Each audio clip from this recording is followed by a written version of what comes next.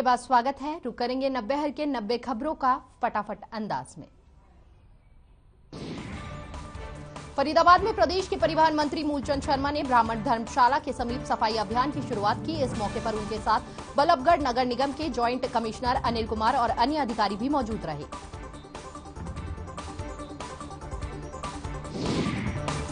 फरीदाबाद में कैबिनेट मंत्री मूलचंद शर्मा ने सफाई अभियान की शुरुआत कर कहा कि पूरे फरीदाबाद में सफाई अभियान चलाया जा रहा है, जो कि एक बहुत ही अच्छा कार्य है।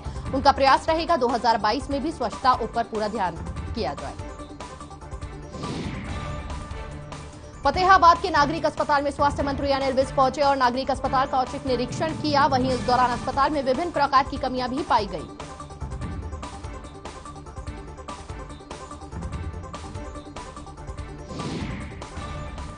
शहरी स्थानीय निकाय एवं आवास मंत्री कमल गुप्ता ने हरियाणा निवास में दोनों विभागों के अधिकारियों और मेयर के साथ पहली बैठक की। उन्होंने कहा कि यह एक इंट्रोडक्टरी बैठक थी। इसमें अधिकारियों को समय से कार्यालय पहुंचने को कहा गया है। स्वास्थ्य मंत्री अनिल विज फतेहाबाद के नागरिक अस्पताल में औचक निरीक्षण के लिए पहुंचे। विज ने निरीक्षण के चलते अस्पताल में हड़कंप की स्थिति बन गई। इस दौरान उन्होंने ऑक्सीजन प्लांट, वेंटिलेटर और अन्य सुविधाओं का निरीक्षण किया। पुलिस परीक्षा में फिजिकल पास हुए परीक्षार्थियों ने पुंडरी तहसील का किया घेराव। वेरिफिकेशन के लिए डॉक्यूमेंट में तहसीलदार के साइन नहीं होने से नाराज हैं परीक्षार्थी।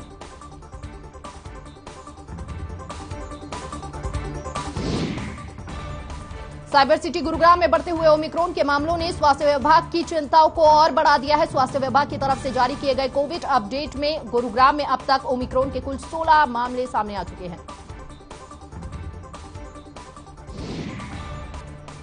प्रदेश की मनोहर सरकार ने इस साल के आखिरी दिन यानी शुक्रवार को भ्रष्टाचार पर एक और बड़ी चोट की है। भ्रष्टाचार के मामले में जेल सुप्रीडेंटेंट शमशेर सिंह दहिया को सस्पेंड किया गया है। साथ ही उसके खिलाफ अंडर रूल 7 चार्जशीट करने के भी आदेश दिए हैं। मुख्यमंत्री बाल सेवा योजना रतिया के विद्यार्थियों तथा शिक्षाविदों ने किया स्वागत। कहा इससे अनाथ हुए बच्चों को मिलेगी मदद। बता दें कि कोरोना काल के दौरान अनाथ हुए बच्चों के लिए प्रदेश की मनोहर सरकार की ओर से शुरू की गई है ये योजना।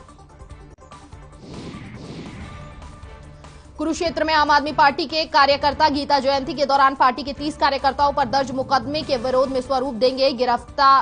गिरफ्तारी नव वर्ष पर 1 जनवरी को 300 कार्यकर्ताओं के साथ गिरफ्तारी देंगे नवीन। जय हिंद।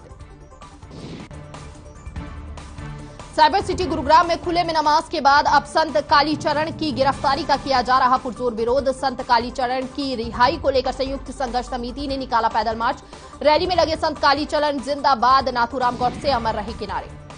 कांग्रेस नेता संदीप सिंह की माता के निधन पर शोक व्यक्त करने भिवानी पहुंचे पूर्व मुख्यमंत्री भूपेंद्र सिंह हुड्डा ने सरकार पर जमकर निशाना साधा। नए साल के जश्न और कोरोना गाइडलाइन की पालना को लेकर कुरुक्षेत्र की पुलिस अधीक्षक डॉक्टर अंशु सिंगला ने नया साल 2022 के आगमन पर समस्त कुरुक्षेत्र वासियों को शुभकामनाएं दी। साथ ही लोगों से अपील की कि वे नियमों के तहत नया वर्ष मनाएं। करनाल सीआईए स्टाफ ने नगर निगम के एसई के ब्लैकमेलिंग कर 1 करोड़ रुपए के मांगने वाले 2 आरोपियों को जेल भेज दिया है। दोनों आरोपी शुभम और साहिल रिश्वत के पैसे में हिस्सा मांग रहे थे। वहीं प्रशासन ने एसई दीपक किंगर को सस्पेंड कर दिया है।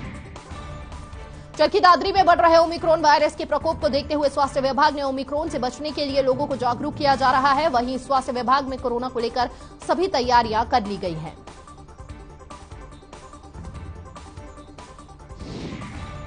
फरीदाबाद के गांव करनेरा में युवक ने फांसी लगाकर आत्महत्या कर ली। पीड़ित के परिजनों ने इस मामले में अपने पड़ोसियों पर आत्महत्या के लिए उकसाने का आरोप लगाया है। उसके बाद पुलिस ने शव को पोस्टमार्टम के लिए भेजकर मामले की जांच शुरू कर दी है। उकलाना में प्रभुवाला रोड पर देर शाम शराब के ठेके पर गोलियों से छलनी शव कार की डिक्की में मिला है। हत्या आरोपियों ने शव को गाड़ी में रखने के बाद दुकान कारिंदों को गाड़ी की चाबी सौंप दी। वहीं कुरुक्षेत्र में कस्बा शाहाबाद में हुआ पंजाब कांग्रेस अध्यक्ष नवजोत सिंह सिद्धू के खिलाफ विरोध प्रदर्शन। सिद्धू के जहारवीर गोगा के बारे में अपशब्द कहने पर रोषित संगठनों और युवाओं ने किया प्रदर्शन। पलवल के राष्ट्रीय राजमार्ग प्राधिकरण और जिला प्रशासन के संयुक्त तत्वाधान में राष्ट्रीय राजमार्ग 19 पर भारी पुलिस बल के साथ अतिक्रमण हटाओ चलाया गया अभियान। नेशनल हाईवे पर जो भी दुकानें, खोखे, रेहड़ियां लगी हुई थी, उन सभी को हटाने की हुई कार्रवाई। गुहला हल्का में अग्रवाल धर्मशाला, कैथल रोड, चीका में राइस मिल एसोसिएशन की तरफ से जेजेपी विधायक ईश्वर सिंह के सम्मान में कार्यक्रम का किया गया आयोजन। कार्यक्रम में कोरोना प्रोटोकॉल की खूब उड़ी धज्जियां। कैथल के शेरगढ़ गांव में सरकारी स्कूल का बिजली विभाग ने कनेक्शन काट दिया। बताया जा रहा है कि स्कूल ने बिजली का बिल नहीं भरा था। बता दें कि स्कूल में लगभग 1000 बच्चे पढ़ते हैं और कई महीनों से बिजली के बिल भरने के लिए बजट की मांग की जा रही है। पानीपत में चोरी की गाड़ियां काटकर बेचे जाने का मामला सामने आया है। गन्नौर के पांची रोड पर गांधीनगर के रहने वाले एक शिक्षक की गाड़ी बुधवार रात को चोरी हो जाने के बाद उसने जीपीएस के जरिए महज कुछ घंटों के बाद ही गाड़ी को समालखा में जीटी रोड से बरामद किया है। समालखा में जीटी रोड स्थित गैराज के अंदर शिक्षक की गाड़ी को कुछ लोग काटकर पर्चे लगाकर अलग अलग कर रहे थे। डायल 112 पर कॉल करने के बाद समालखा पुलिस के मौके पर पहुंचने पर 2 युवकों को पकड़कर पुलिस के हवाले कर दिया। यमुनानगर के अस्पताल में नए भवन का एडमिनिस्ट्रेटिव ब्लॉक बनकर तैयार हो चुका है, जबकि अस्पताल की बिल्डिंग का काम भी 70 से 80% तक पूरा हो चुका है। यमुनानगर के civil surgeon doctor Vijay Dahiya का कहना है कि अगले 7 महीनों में पूरा भवन बनकर तैयार हो जाएगा। यमुनानगर के लोगों को 2022 में नए अस्पताल की बिल्डिंग में सभी रोगों के विशेषज्ञ डॉक्टर उपलब्ध होंगे। बता दें कि अस्पताल में सभी रोगों के विशेषज्ञों का एक डॉक्टर मौजूद है, लेकिन नई बिल्डिंग बनने के बाद और डॉक्टर भी यहां नियुक्त होंगे। पानीपत के मछरौली गांव के पति की मौत से आहत पत्नी ने उठाया बड़ा कदम। मानसिक रूप से परेशान महिला ने पहले लगाई घर में आग, फिर खाया जहरीला पदार्थ। गंभीर हालत में परिजनों ने महिला को पानीपत के सवानी अस्पताल में कराया भर्ती। नौ पुलिस कप्तान वरुण सिंगला ने पिनगवा थाना एरिया में करीब 4 माह पहले कस्बे से गुमशुदा हुए बच्चे का मामला सुलझा लिया है। इस मामले में पुलिस ने आरोपी को भी गिरफ्तार कर लिया है। बता दें कि आरोपी ने बच्चे की हत्या कर शव को राजस्थान के पहाड़ों में फेंक दिया था। महेंद्रगढ़ में प्राइवेट स्कूलों की ओर से नियम 134A के तहत बच्चों को दाखिला नहीं देने पर पेरेंट्स ने जताया रोष। बीईओ कार्यालय के बाहर सांकेतिक धरना देकर अभिभावकों ने बच्चों के एडमिशन नहीं देने वाले स्कूलों की बीईओ से की शिकायत।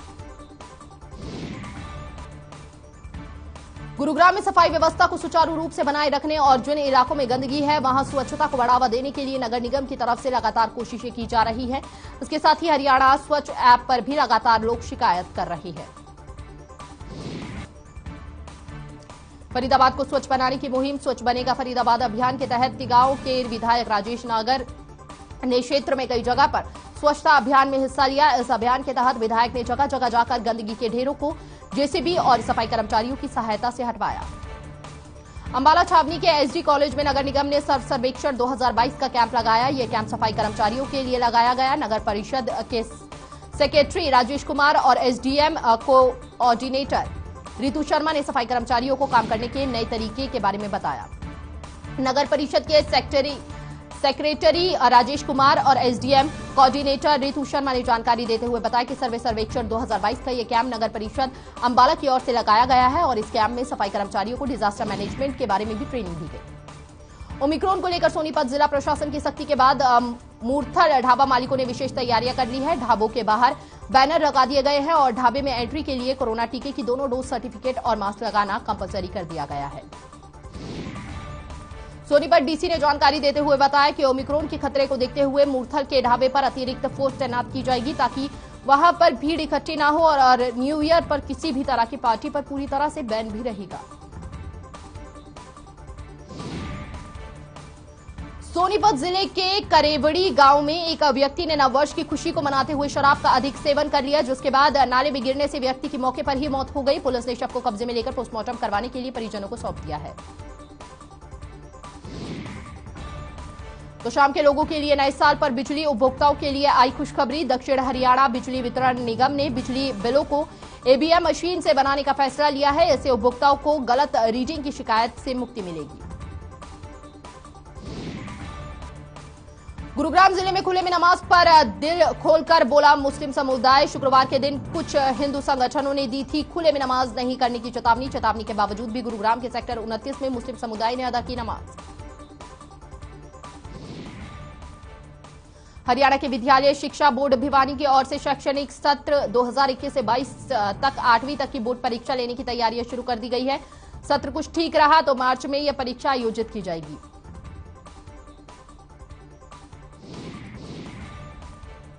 गुरुग्राम में एक बार फिर कोरोना तेजी से पैर पसारता नजर आ रहा है। मंगलवार को गुरुग्राम में 100 नए कोरोना पॉजिटिव मरीज मिले हैं, जिसके बाद गुरुग्राम में कुल मरीजों की संख्या बढ़कर 660 हो गई है।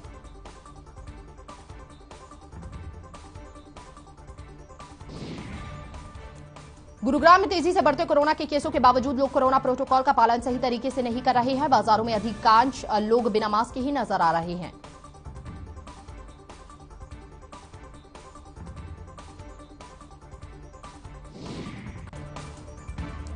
पलवल में जिला प्रशासन एक्शन मोड में नजर आया है। प्रशासन ने सिटी में अतिक्रमण हटाओ अभियान की शुरुआत की है। एसडीएम वैशाली सिंह के नेतृत्व में अभियान की शुरुआत हुई। प्रशासन अतिक्रमण हटाने के लिए सैकड़ों पुलिसकर्मियों के साथ राष्ट्रीय राजमार्ग पहुंचा।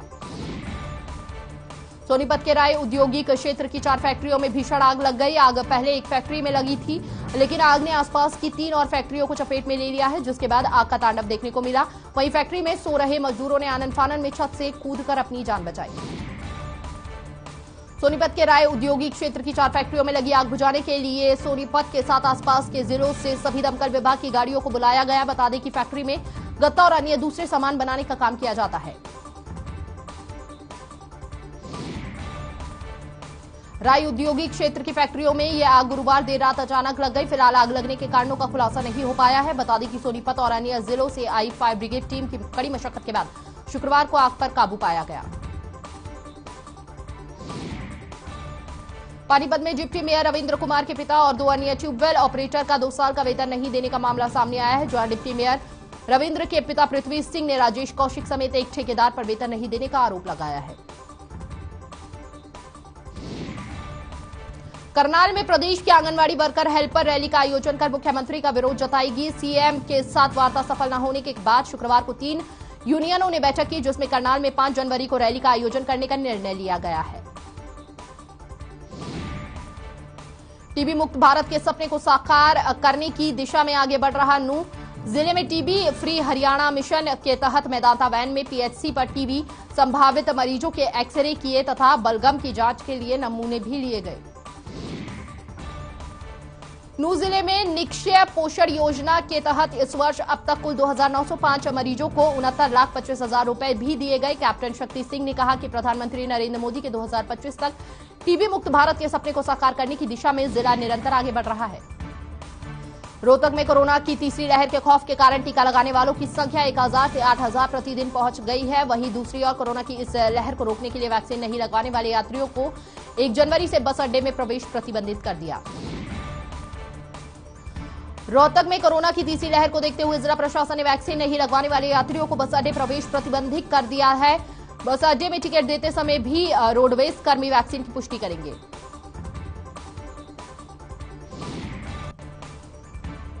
कपड़ा और फुटवेयर पर सरकार की ओर से टैक्स को 5% से बढ़ाकर 12% के विरोध में गारमेंट एंड फुटवेयर एसोसिएशन के पदाधिकारियों जगाधरी स्थित शिक्षा मंत्री कंवरपाल गुर्जर के कार्यालय पहुंचे और टैक्स बढ़ाए जाने के विरोध में ज्ञापन सौंपा। गारमेंट्स एंड फुटवेयर एसोसिएशन के पदाधिकारी संजय चौहान ने कहा कि सरकार की ओर से कपड़ा और फुटवेयर पर वेट बढ़ा दिया है, जिससे छोटे व्यापारियों को बहुत ही ज्यादा नुकसान हो रहा है। इसलिए वह सरकार से मांग करते हैं कि या तो टैक्स को पूरी तरह से हटाया जाए या फिर पहले की तरह स्थिति में लाया जाए। बढ़ते पेट्रोल और डीजल के दामों की वजह से फ्यूल चोरी की वारदात सामने आई है। गुरुग्राम के सेक्टर 9 इलाके में बढ़ रही पेट्रोल चोरी की वारदातें। एक हफ्ते में 2 बार गलियों में खड़ी मोटरसाइकिल से निकाला गया पेट्रोल। युवकों के गिरोह ने दिया वारदातों को अंजाम। गुरुग्राम के सेक्टर 9 इलाके में गलियों में खड़ी मोटरसाइकिल का पेट्रोल पाइप काटकर बोतलों में भरकर ले जाते सीसीटीवी कैमरे में कैद हुए चोर।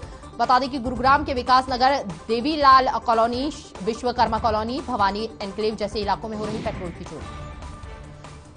बूढ़पुर सीनियर सेकेंडरी की छात्राओं ने मेक ओवर पार्लर का प्रशिक्षण भ्रमण कर प्रशिक्षण की जानकारी बारीकी के साथ समझी। छात्राओं ने कहा कि उन्हें इस प्रशिक्षण भ्रमण के दौरान बहुत कुछ सीखने को मिला और समझा भी।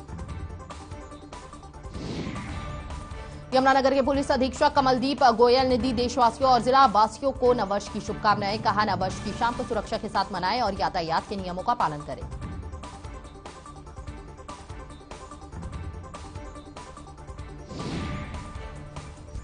झज्जर जिला राजस्व सीमा में 1 जनवरी से कोरोना रोधी वैक्सीन की दोनों डोज नहीं लेने वालों की सरकारी कार्यालयों, बसों, सार्वजनिक स्थानों आदि पर एंट्री बैन होगी। सरकार अधिकारी और कर्मचारी भी 1 जनवरी से बिना दोनों डोज लिए कार्यालय में एंट्री नहीं कर पाएंगे। झज्जर डीसी श्यामलाल पुनिया ने बुधवार को लघु सचिवालय स्थित सभागार में कोविड टीकाकरण की समीक्षा कर बैठक में यह निर्देश दिए। कहा किसी भी सार्वजनिक स्थान या कार्यालय में बिना दोनों डोज के एंट्री नहीं होगी।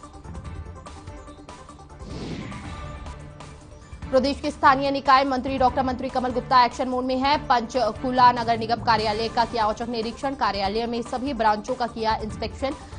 वहीं अटेंडेंट रजिस्टर को भी खंगाला गया, कुछ कर्मचारी पाए गए गैरहाजिर। पंचकुला नगर निगम कार्यालय के औचक निरीक्षण के बाद मंत्री कमल गुप्ता ने कहा कि निगम में आकर मुझे काफी निराशा हुई है। कार्यालय में करीब 80% अधिकारी कर्मचारी और हाजिर मिले हैं। जो अधिकारी जिम्मेदार हैं उन्हें जवाब तलब किया जाएगा। भिवानी में सांसद धर्मवीर सिंह ने खरीफ सीजन की स्पेशल गिरदावरी में अनियमितता को लेकर मुख्यमंत्री को पत्र लिखा है। वहीं मुआवजा राशि नहीं बांटे जाने पर बीमा कंपनी और राजस्व विभाग के अधिकारियों को 8 करोड़ की राशि नहीं बांटे जाने की बात कही। यमुनानगर शहर की दशमेश कॉलोनी में गुरुवार की देर शाम वाल्मीकि नेता राजेंद्र बेटे को बाइक सवार 2 युवकों ने गोली मार दी, जिससे वह गंभीर रूप से घायल हो गया, जिसके बाद उसे एक निजी अस्पताल में भर्ती करवाया गया है। राजेंद्र वाल्मीकि ने बताया कि उनका बेटा अपने एक दोस्त के साथ घर से किसी काम के लिए निकला था कि इसी दौरान दशमेश कॉलोनी के पास बाइक सवार 2 युवकों ने उनके बेटे पर फायरिंग कर दी, जिससे उसे पेट में 2 गोलियां लगी है। यमुनानगर सिटी थाना प्रभारी सुखबीर सिंह सहित पुलिस की कई टीमें मौके पर पहुंची। थाना प्रभारी ने बताया कि पीड़ित अभी बयान देने की स्थिति में नहीं है। वहीं उन्होंने बताया कि इस मामले में बयान लेने के बाद कार्रवाई की जाएगी।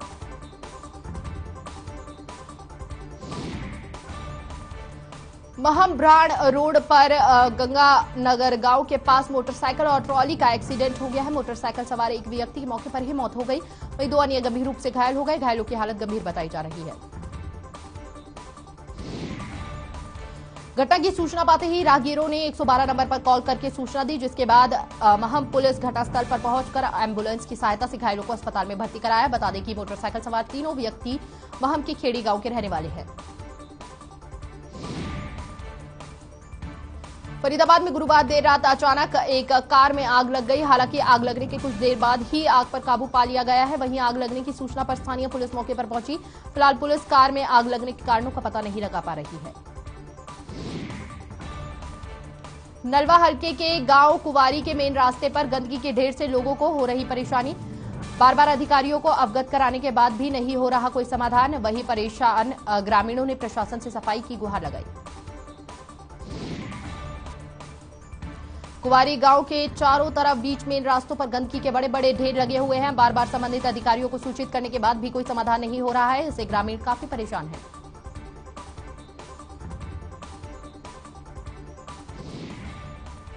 ग्रामीणों का कहना है कि हमारे गांव के चारों तरफ गंदगी के बड़े बड़े ढेर देखे जा सकते हैं, लेकिन संबंधित अधिकारी इसको समाधान करने की बजाय